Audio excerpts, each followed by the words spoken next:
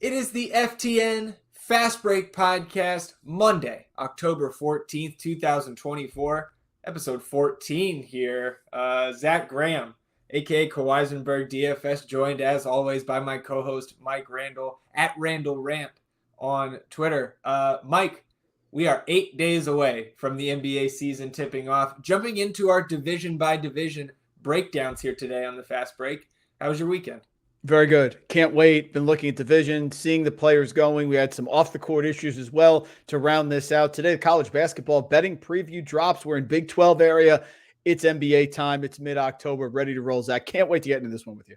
I can't wait to see that college hoops content. But let's jump into this one because a lot to get through here today on the Fast Break. Two pieces of news before we get into our divisional breakdowns. First, this one hits close to my heart, Mike. Danny Green retires.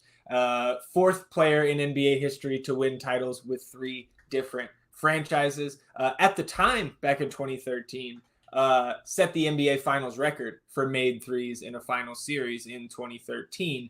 $104.6 million in career earnings, of course, spent time with Cleveland, San Antonio, the Lakers, the Sixers, Toronto, and Houston. Again, I think we all kind of knew this was coming. Wasn't at the front of anybody's minds, but Danny Green had his day last week. So salute to one of my favorite players from my favorite team's most recent title run. Yeah, Danny Green, basically a different version of PJ Tucker. What I mean by that is these were big-time scorers in college. Danny Green with North Carolina, and then ended up morphing himself into a player that has a role. He's a shooter, can get some rebound steals, defends as well, and he did a great job. Cleveland, San Antonio, Toronto, Lakers, Philly, Memphis, Cleveland, back to Philly, of course. Love Danny Green. You can't be upset with someone who has spent all those years in the NBA and been extremely successful. Shout out to Danny Green, 40% from three-point range on 8.7 points per game. He found the role. He did it well. Hats off to him, three-time NBA champion. Yeah, came a long way after that first year of just kind of being the handshake guy for LeBron in Cleveland. Other piece here, Shams Charania, as we speculated, I think kind of the basketball world was speculating that Shams might be the one to take over Woj's mantle there as senior NBA insider at ESPN, and that news did come across late last week. So follows those few weeks of speculation following Woj's retirement and the release of Zach Lowe, which I don't honestly remember if we talked or not about on the Fast Break here, but that was an odd move at the time. Makes a little bit more sense now, I guess, considering the contract that Shams probably got from the worldwide leader here. So I guess my question is, where do we see Zach Lowe ending up? I think the two that stick out to me are maybe he fills Shams' spot at the Athletic, or maybe he reunites with Simmons over at the Ringer. Your thoughts, Mike? Yeah, I think he's going to go with Simmons over at the Ringer. Zach Lowe used to be a teacher in Cresskill, New Jersey when I started there. He was there for a half year, ended up moving up to a different school, and then going on now to this incredible career. Zach Lowe is a great NBA mind. I think he's getting back together with Simmons. That's what I would hope. That's where things really grew for him. And it's just there's no one who I think is better than he is. And cheers up to Shams. We need to replace Woj with a big name. We can't go with someone else who's sort of low key. It's not going to work. So this is the only move here. And connections are connections, Zach. And that's what Shams has. People pick up the phone. That's 99% of it. And no one does it better than him. So happy for both as well. And I hope Zach Lowe's going to the Ringer with Bill Simmons. That's where he should return back to his home. Yeah. Reunite with Simmons, right? Give me Jacoby, give me Jalen Rose, bring back that NBA Grantland content. Give me those guys together. Let's jump into the division previews here. We'll start in the East, and again, going to run through these as we do kind of quickly, really kind of be clear and concise with our takes here on these divisions. We'll start in the Atlantic, of course, Boston, New York, Brooklyn, Philly, and Toronto. Last year's champ, of course, the Celtics, 64-18, en route to another NBA title. Some of the notable additions and departures in this division, of course, Paul George, maybe the free agent acquisition of the summer, going to Philadelphia. Mikal Bridges, the trade in the middle of the offseason, and Karl Anthony Towns, both of those guys with the Knicks. Mikal Bridges, of course, going intra-division from Brooklyn to New York Tobias Harris now in Detroit, leaving Philly. And I guess, especially after last night, got to mention Dante DiVincenzo and Julius Randle on the way to Minnesota. So we'll go through all of these divisions. We'll talk about the additions, the departures, give our prediction for the division winner, and a hot take for that division. So I'll start with our predictions here, and I think we're in lockstep. Very simple for me. Boston to repeat as Atlantic Division champions. What do you got, Mike? Yeah, I want to say someone else, and I want to say the Knicks.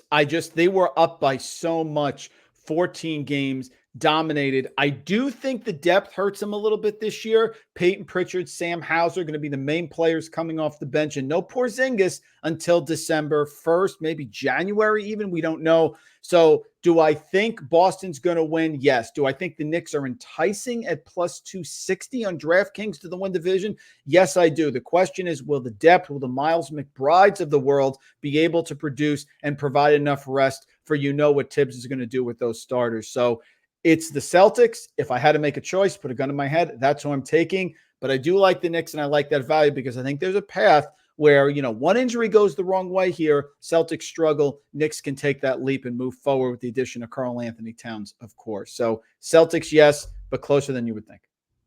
Our little hot take action here in the Atlantic Division. I don't think this is scalding hot by me here, but give me 3 50-win teams out of this division. We were just 3 games shy of that last year. Philly finishing 47-35. You mentioned the Knicks, 14 games back of Boston, still 50-32. I think we get all 3 of those teams over that 50-win mark this year. And of course, Brooklyn going to be competing maybe with their division mate Toronto there for the worst record in the league. I do think Toronto will be a little bit better than that. But the bottom end of this division, certainly the dregs of the association this coming year.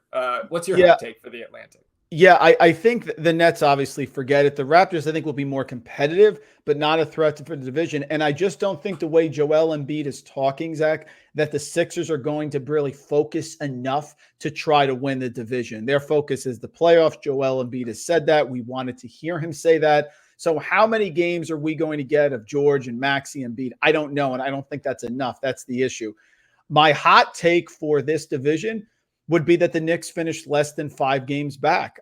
Boston won the title. They're certainly going to rest players and try to be focused for the postseason. If they get a 1, 2, or 3 seed, I don't think it's a huge deal to them. And like I said, Jaylen Brown even made a mention. Jaylen Brown even said, when we play Detroit, we're going to play through Peyton Pritchard. I mean, everything they're saying is hinting at the fact that that fans should not expect the regular season success they had last year. Him and Sam Hauser. I think this is a single-digit difference between them and the Knicks. Would not be surprised to see the Knicks win it or finish 3 or 4 games behind them in the division.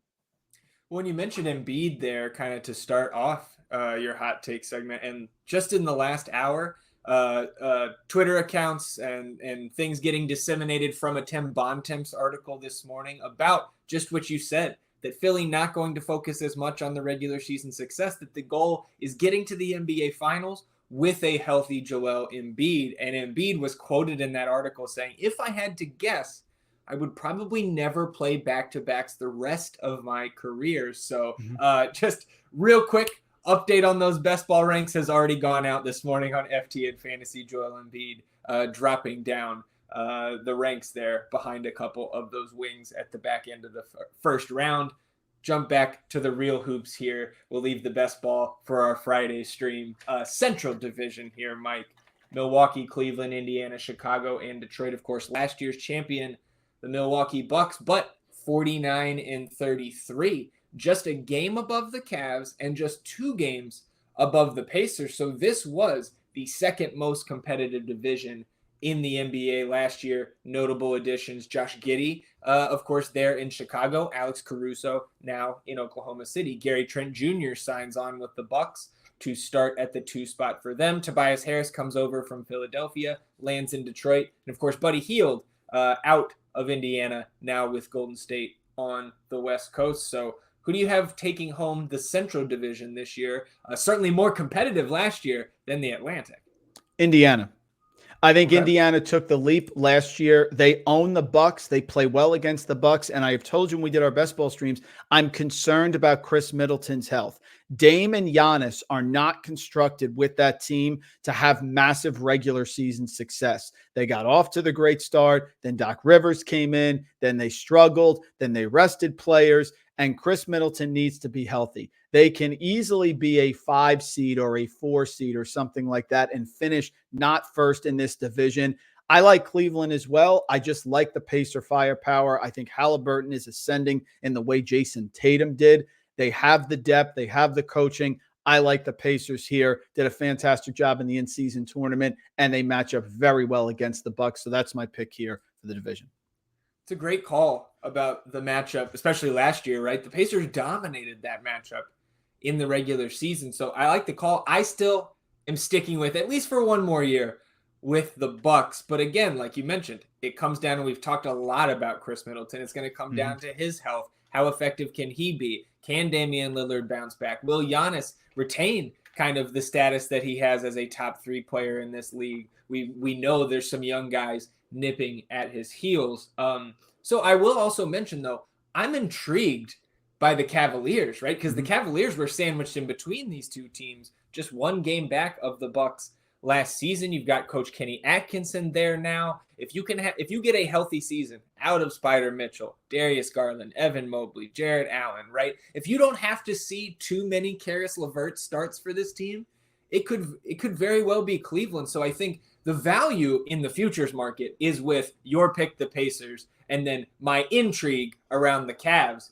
Not a ton of value there with Milwaukee, but I still will give the Bucks the edge there, the slight edge there in my prediction. Put it this way, Zach. I'm sorry. Put it this way. If you look at the betting odds right now on DraftKings, Bucks are minus 145 to win the division. Cavs are plus 250. Pacers are plus 390. Without a doubt, the third bet I'm making there is the Bucks. I'll take the Cavs easily over the Bucks for all the reasons you said. Bulls and Pistons, not even worth mentioning here. But the odds on Pacers and Cavs make it completely a better value than on the Bucks at minus 145. Absolutely. What's your hot take here in the Central Division, if you've got one? We don't want to force it, but, we're opinionated. The Bucks finished third. Okay. Yeah. I mean, we've seen a veteran team like the Miami Heat come in as the 8th seed. So is there a world where Giannis gets injured or Dame gets injured and Middleton is up and down coming back and they go through the defensive struggles that they had last year and they just say, you know what, let's get it together and get ready for the postseason? Could absolutely happen. It's not that you don't want the higher seeds. You don't want the home court advantage. But what this team needs, and they got that one title, which they needed because Kevin Durant's toe was too big, fine, is they need to be healthy and firing at all cylinders. And they were not last year, and that's what cost them. And that's what their mindset is, that if we were healthy, we could have made a run. So they are going to err on the side of caution. And I could see the Cavs getting off to a great start, the Pacers winning the division, the Bucks being up and down or having a slow start, and then not being able to make that ground up throughout the year as an older team. So Bucks finished third in the division. Doesn't mean they can't make it deeper in the playoffs. It just wouldn't surprise me. I like it. Mine, I'm going to the bottom part of the Central Division here, talking Bulls, talking Josh Giddey. I wrote him up as my pick for most improved player again, and it takes a lot for me to put somebody else over my favorite player on my favorite team. Victor Wembanyama is the favorite to win most improved player, but I think the value is with Josh Giddey. It is still a little bit of a logjam personnel-wise in that Chicago backcourt. Giddey, of course, alongside Kobe White, Ayo Dosunmu. We got news this morning. Lonzo Ball will make his preseason debut on Wednesday. That will be nearly 2 years since he last stepped on the court. So if Lonzo's back, of course, we've talked about Lonzo and how awesome it will be to see him get back out there. But I think Josh Giddey takes over this backcourt as the season progresses. I think we're going to see statistical improvements across the board, kind of wiping away the statistical downturn we saw last year in Oklahoma City. I don't think we're going to see minutes limited because this Bulls team really not playing to win, right? I mean, they're going to play to win, I guess I should say. They don't have any delusions of grandeur here that they're going to be competing for a title, maybe the back end of the Eastern Conference playoffs. But I think Josh Giddey is going to be allowed to kind of take the keys to this Chicago backcourt. I think he's going to earn a new long-term contract with the Chicago team. And I think this time next fall, Mike, we will be talking about Josh Giddey, franchise player for the Chicago Bulls. Any additional thoughts there before we move on? Yeah, I did a fantasy draft this weekend with my family that we do every year, and I grabbed Josh Giddey for that reason. You have convinced me. Everything you said about him, it sticks in my head. I'm waking up in cold sweats with a nightmare thinking about this, that somehow I'm missing the boat here for a player who disappointed last year, but now becomes more of a leader, more of the facilitator for the Bulls. Big step up for him. I agree. I think it's a great call. Finishing out the Eastern Conference, of course, the Southeast Division here, Orlando, Miami, Atlanta, Charlotte, and Washington. Last year's champ, the Magic, 47-35. Just a game above the Miami Heat last season, and then there was a 10-game gap between the Heat and the rest of this division. Some of the notable additions, get Kentavious Caldwell-Pope coming to Orlando, solidifying that backcourt, the wing defense, spreading the floor, right? The shooting struggles, well documented for this Orlando team last year. Dyson Daniels comes to Atlanta in the DeJounte Murray trade. Jonas Valanciunas and Malcolm Brogdon end up in Washington. And of course, DeJounte Murray out of Atlanta. Caleb Martin out of Miami. And Tyus Jones moves on from the Wizards to the Suns. This one's simple for me. Orlando is a team that is ascending. Miami is a team that I think is stagnant at best. Still pretty much a lock for postseason play to me. But I think this is pretty obviously to me the Magic's division to lose, and may be so for the foreseeable future. You have a different take there, or are you riding with me on the Magic? No, I'm riding. And we get to the hot take, you'll see how much I'm riding the Magic. Okay. They are ascending. The Heat are going the wrong way, losing those sort of fringe players, those glue guys, was going to be critical for them, trying to replace them. Hawks, not a team going the wrong direction. No DeJounte Murray anymore. I think the Hornets could surprise and could be dangerous, and Washington is going to be what they're going to be. And can we get Joe Val to get us enough stats that he's fantasy relevant for us? That's the key. Can he be the stat producer on a bad team? But is the Magic. I'm all in. The three things you want to do is you want to win at home, you want to beat teams you're supposed to beat, and then beat teams you're not supposed to beat. Magic last year did a nice job. Magic were 29-12 at home, which was great. 32-20 in the conference, only 18-23 away. I think you get over a 500 record this year for the Magic, and I think they're dominant at home and take that next step moving forward. So what is the hot take? Because I think we're both on some Orlando hot takes here. Like, how high are you on this team? I want you to go first. Magic reached the Eastern Conference Finals. Okay, yeah. That's so very that's how high I am. For me. Right. Yeah. So the Bucks fall back. The Magic end up stepping forward. They have a better team than the Cav team the last few years that sort of flirted with making a deep run, but just didn't have enough offense and consistency. They get a home court advantage again. Fans are there. That's my hot take. They make the Eastern Conference Finals. Yeah, and I think that lines up with kind of my take here. Mine was Orlando finishes with a top 2 seed in the East. And of course, getting that home court advantage until the conference finals would go a long way for a young team like that. So both of us very high on Orlando. What do you got? Yeah, interesting. One point here. So on DraftKings, the Magic are only minus 155 to win the division. I still like it. That's how confident I am in the Magic. Yeah. You have minus 145 for the Bucks, not confident at all, but I'll pay the juice here because I think they're going to get it. I still think there's value at minus 155. It got down to minus 175. Of course, I'm off of it, but I still think there's value even though the number is low.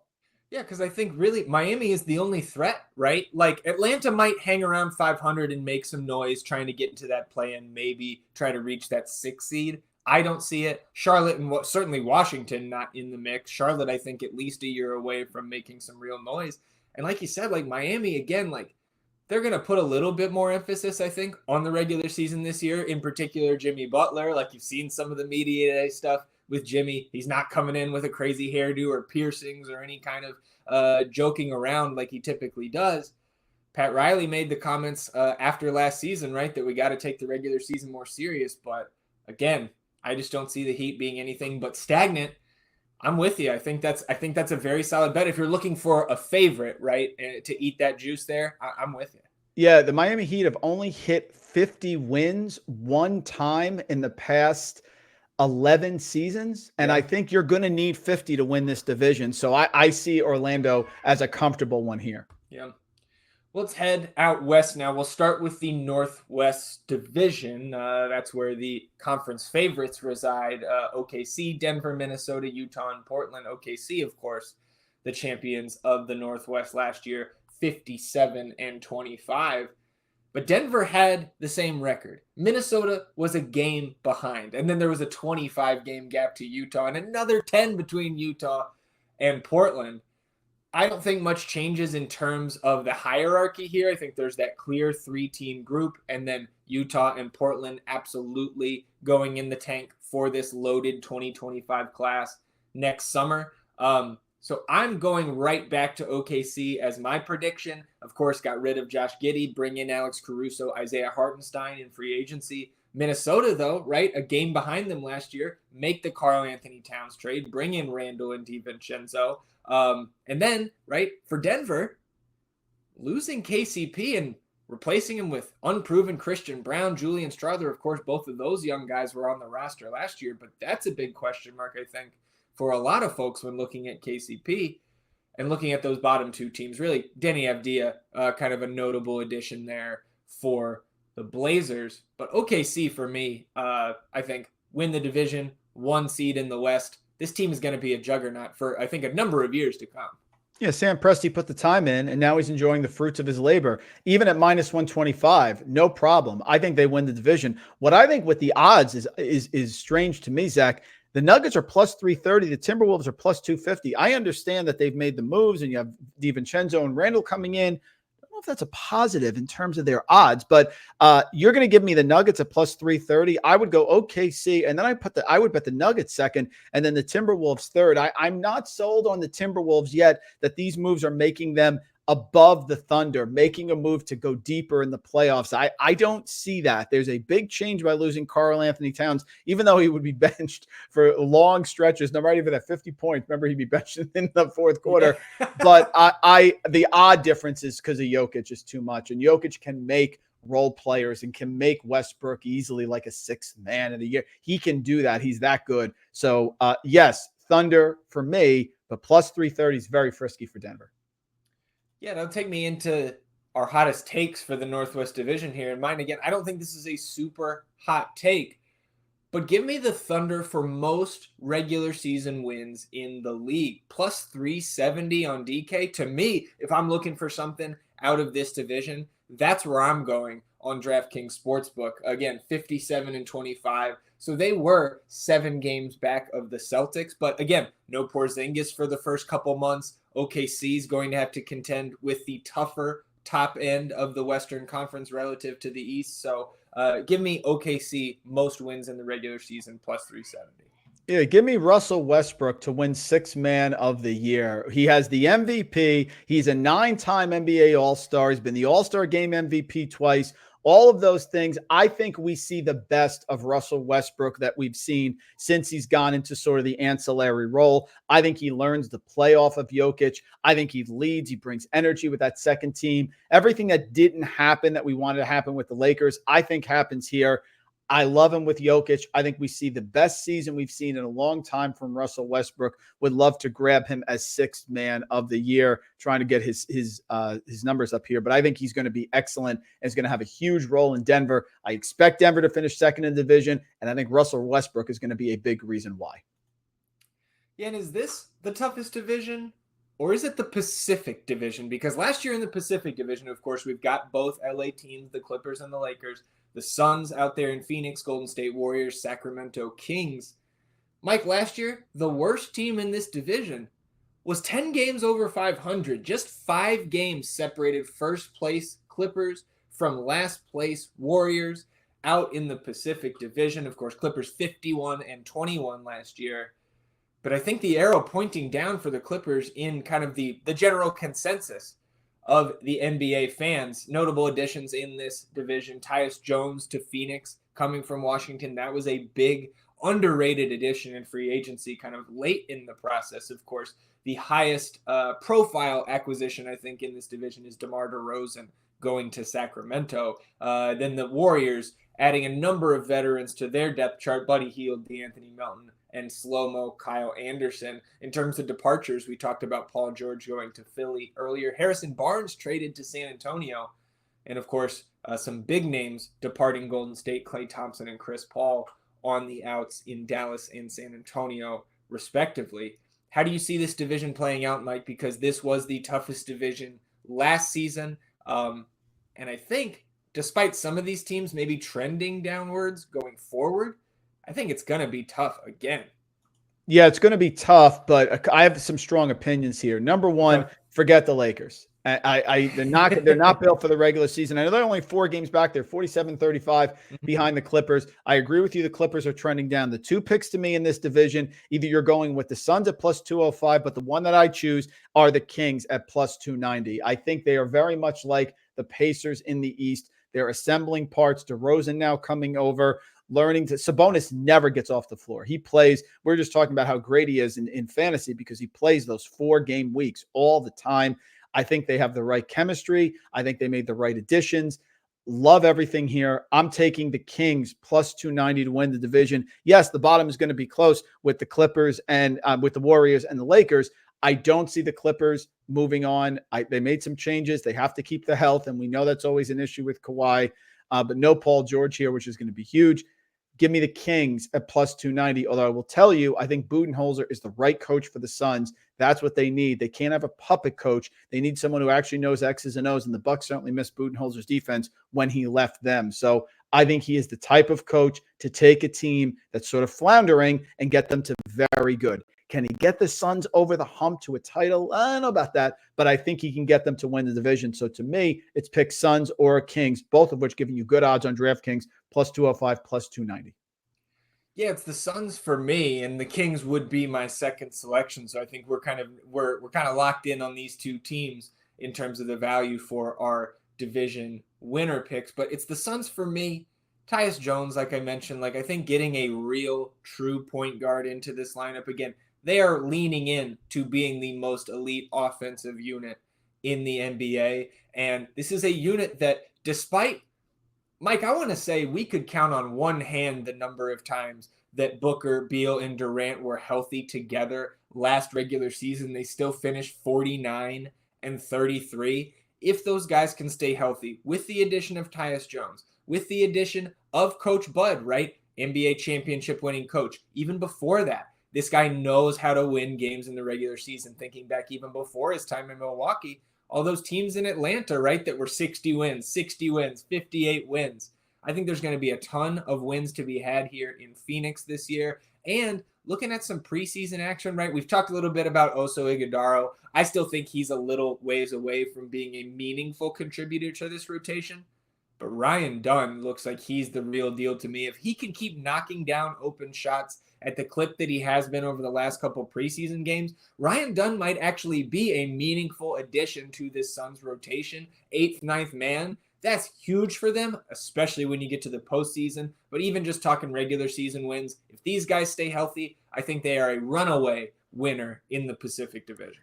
Yeah, Ryan Dunn really struggled at Virginia, but was a complete lockdown defender with his length and athleticism and can certainly finish around the rim. Struggles on the free throw line, but the jumper is key. That's what Budenholzer does. And remember, he's got to get more out of Beal, Kevin Durant, those players. They're not going to be able to continue to play. Durant plays a lot more games than a Kawhi Leonard or somebody of that ilk. So he's got to get help. And the addition of Jones at point guard is fantastic for them. It's the perfect facilitator, unselfish type of player. So yeah, they made some good moves here. They got it right, the Suns. I could see that as well. I like the Kings a little better, but the Suns are trending upward and have the right pieces, the right chemistry, the right culture there, and the additions of players who can make impact and have roles. Not nebulous roles, but defined roles, which is the key to winning.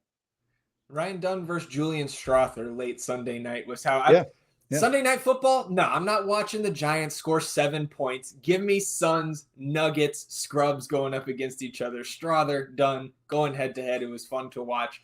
Talking about our hot takes here in the Pacific Division, Mike, and maybe more of a hater take by me, but I like it. Give me the Lakers to miss the first round of the playoffs the last 2 years, right? Last year, 7 seed in the first round, but they were just 1 game above the 10 seed at the end of last season, right? And, You remember LeBron had the minutes restriction at the beginning of the year? Well, that came off pretty quickly, and he had to play so much just to get that team to that point of the West. I don't think the West has gotten any easier. If anything, it's horizontal. We've got a couple teams ascending, right? Memphis getting guys back healthy, Houston growing. Wembanyama's got a couple real NBA players around him. Who knows if they can actually make a push for the play-in? But even the year prior, they were the 7 seed again, and they were just 3 games above the 10 seed in that season and just 1 above the 9. So I don't think the Lakers are moving in the right direction. And it doesn't surprise me if this is the year where they just can't get it done. And they even had some excellent, relative to his career, past career seasons with injuries. Anthony Davis was pretty darn healthy last year too. So give me the Lakers to miss the playoffs. Yeah, brilliant call. I don't understand in the conference winner, Western Conference winner market. I don't understand the discrepancy. The Suns are at plus 1,500. The Kings are at plus 2,800. Now I get it. The Kings going to the NBA Finals is something that would blow our mind, like the blow our mind gift. But I think there's a lot of discrepancy here, and that's a great call with the Lakers. They could easily go south. Bronny James, too much focus. It's just at some point, and you got everything you wanted out of Anthony Davis last year. They still couldn't get it home. I agree. Great call there, but you were looking for a market because you can hedge out. I mean, if somehow the Kings make the Western Conference Finals, you can hedge out and guarantee yourself a profit. 2,800 when the Suns are plus 1,500. Big discrepancy there for me. I love it. One more division to go. Southwest Division here. Down in my neck of the woods here, my Dallas, New Orleans, Houston, Memphis, and San Antonio. Last year's champ, the eventual Western Conference champion, Dallas Mavericks at 50-32. Just 1 game separated Dallas from New Orleans, then an 8-game drop to Houston and an additional 14 games to Memphis. Then as one of those teams down there in South Central Texas, it's the Spurs down at the bottom last year. Hopefully the last time for many years that my favorite team is in the basement of this division, Mike. But of course, notable additions from my favorite team. Chris Paul comes in there from Golden State. Harrison Barnes in the trade with Sacramento as well. Steven Adams, who we talk about weekly here on the Fast Break, joining Houston as a veteran piece, backing up Alperen Şengün. And then probably the highest profile player coming into this division in the offseason, DeJounte Murray, coming back to the Southwest Division in that trade with Atlanta. Derrick Jones Jr. out in Dallas, Najee Marshall in. And Najee Marshall is a dog, man. I actually don't know. I don't know if Dallas is going to miss a beat there on the wing. And Jonas Valanciunas out of New Orleans, of course, leaving them with a little bit of a lack of a front court at this point. What's your prediction here in the Southwest? Who takes it down? Yeah, it's the Grizzlies, but I love this division. There's just so much drama here. You have the Mavericks, of course, adding Najee Marshall, huge subtracted piece from the Pelicans. Not only do you add him to your team, but you subtract him from the Pelicans. The Pelicans, I have a lot of questions on them. No center, their rebounding numbers when you didn't have Valanciunas inside were really struggling. You're putting a lot of faith in Zion Williamson, which I've gone back and forth with you about. When he's on the court, he plays well, but he's got to have that consistent success every game, which is something he has struggled with every year. So are the Pelicans really going in the right direction? Rockets were solid. I think the ceiling is capped for them, but I'm going with my Memphis Grizzlies. And yes, we're concerned about the Gigi Jackson injury. And yes, we're concerned about the Triple J injury as well. But when they're healthy on the floor with Bane and Morant, there is no team I see in this division that can beat them. Dallas is wonderful. Luka Doncic, they're going to save for the playoffs. I think 53-54 wins is what the winner of this division gets, and I think that's the Memphis Grizzlies. I understand there's the injury risk, Zach, which is why you're getting a plus 260 on DraftKings to win the division. The Mavericks are the favorite at plus 115. But I have a Ja Morant addiction. You know that when this team is healthy, they can roll. Give you Triple J back. Gigi Jackson comes back and he's okay. Vince Williams, I know there's a lot of questions here, but I'm going to take the Grizzlies at plus 260 to win the division. I like it. Maybe your Ja Morant addiction is the same as my Zion Williamson addiction because I'm taking the Pelicans here. Again, just 1 game back last season. And the last couple seasons, right? Year before last, before Zion goes down, I want to say in January, Pelicans were like a game back of the 1 seed last year. Again, still dealt with injuries throughout. I think they get it done this year. I think there's a midseason trade that helps to bolster their front court that we'll see. Maybe it's DeAndre Ayton coming over from Portland, but they just need bodies at this point. We hear the rumors that Willie Green is going to trot Herb Jones out there at center. you can miss me with that, man. You are playing the position that you can guard, and Herb Jones cannot guard centers night in and night out. But again, you add DeJounte Murray. If you can either move Brandon Ingram for a good return, or you can just bring him back into this group and make him a productive member of this rotation. DeJounte, Brandon Ingram, Zion, Trey Murphy, Herb Jones, CJ McCollum off the bench, not to mention some of the other guys that they have waiting in the wings, Jordan Hawkins, Jose Alvarado re-upped on the contract extension.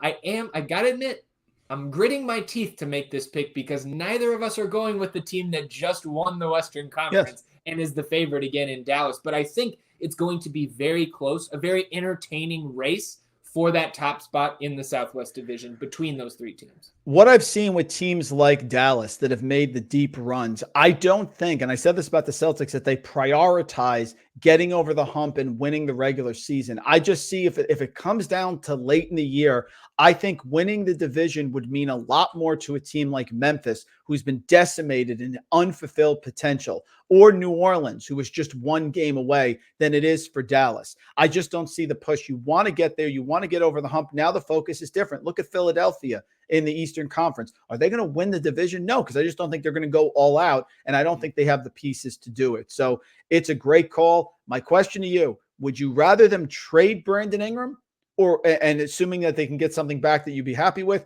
or keep him and make him a part of this when you make that pick? Which would you prefer for the division winner for the Pelicans?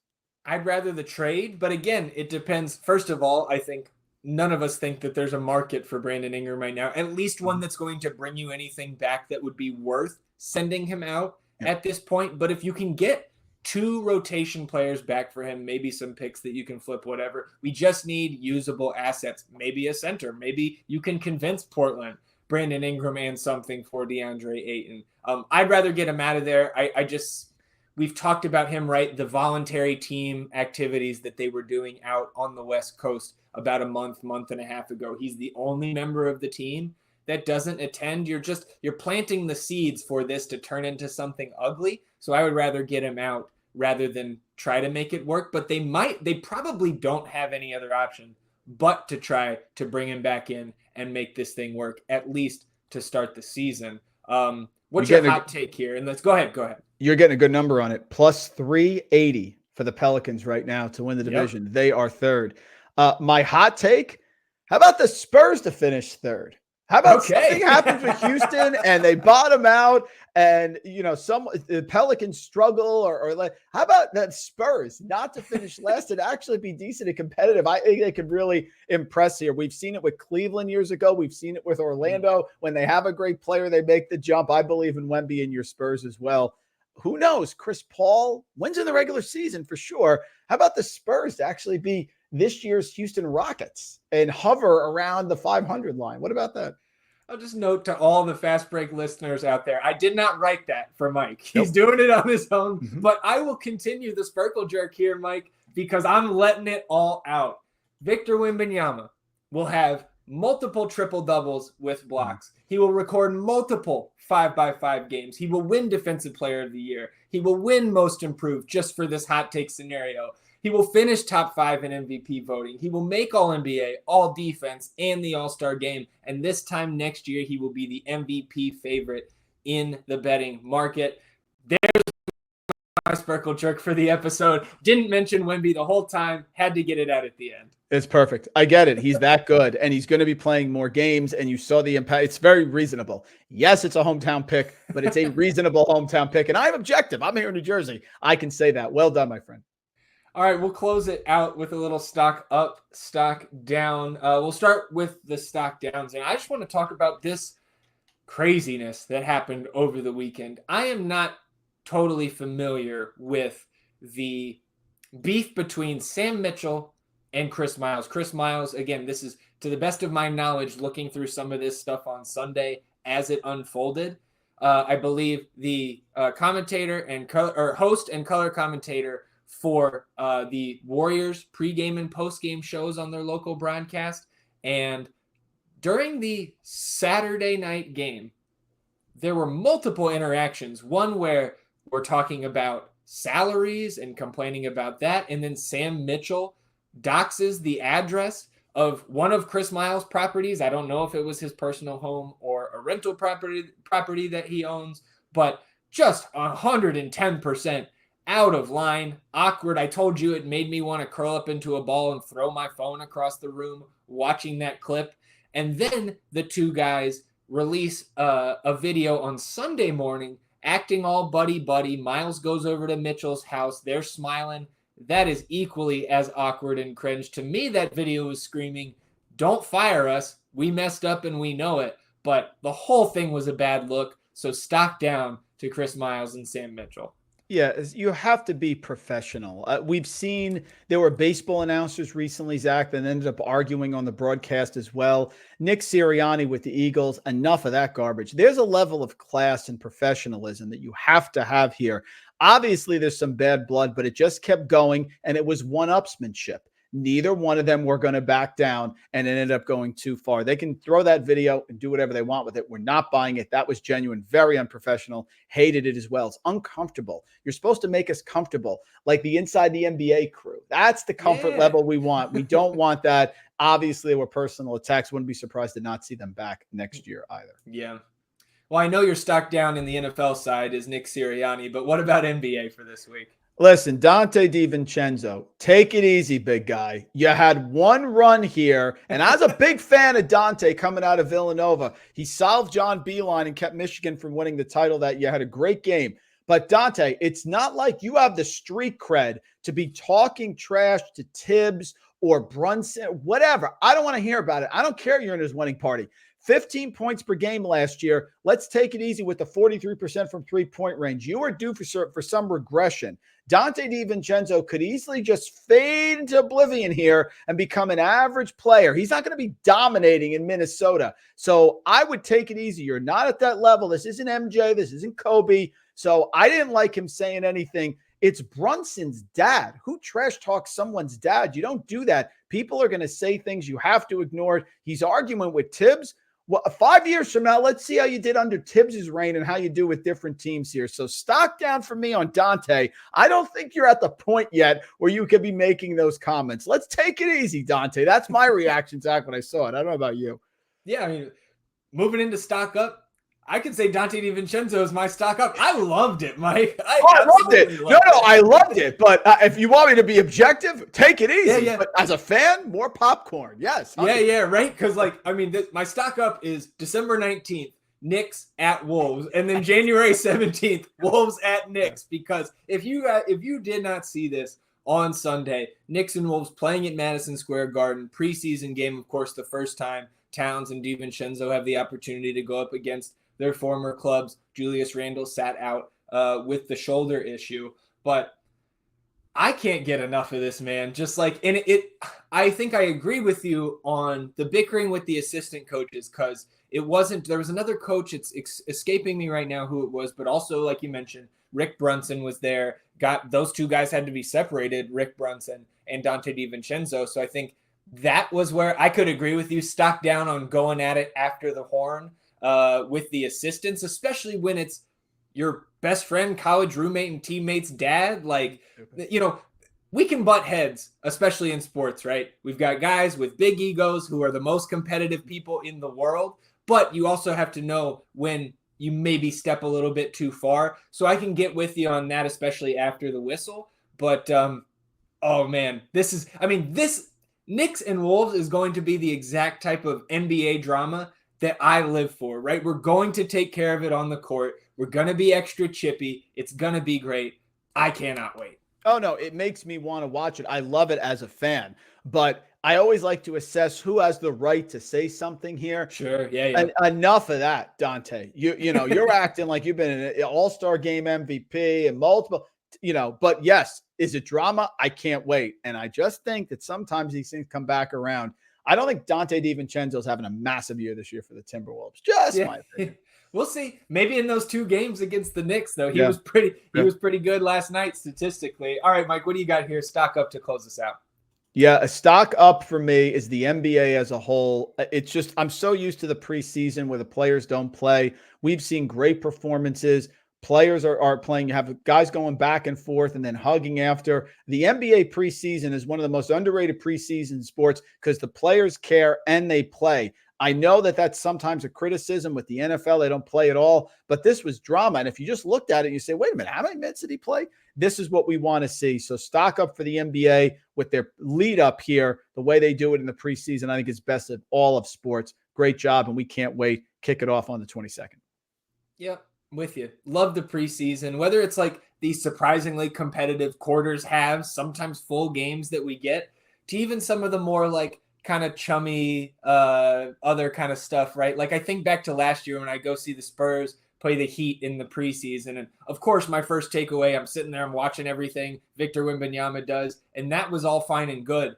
But where else are you going to see Julian Champagnie and Justin Champagnie guard each other on separate teams in the NBA? You won't see it during the season, maybe late April, depending on where each brother is playing. But you got to love the preseason. So I like that stock up. I second your stock up for the NBA as a whole. And that'll do it for us on episode 14 of the Fast Break. A little longer than usual, but wanted to get through all of these divisions quickly for all of you, make some picks, have some fun. We are back next week. Of course, that will be the eve of the NBA regular season, so we will talk more futures picks, maybe some title picks, awards. We will take a little bit of a dive into the opening night DFS slate as well. Of course, you can get all of the NBA content continuing to ramp up here to the start of the regular season. My last Best Ball Diary article will drop on Wednesday. Our final Best Ball stream of the year will happen this Friday. So I hope to see you all there. Mike, anything else for you before we shut it down?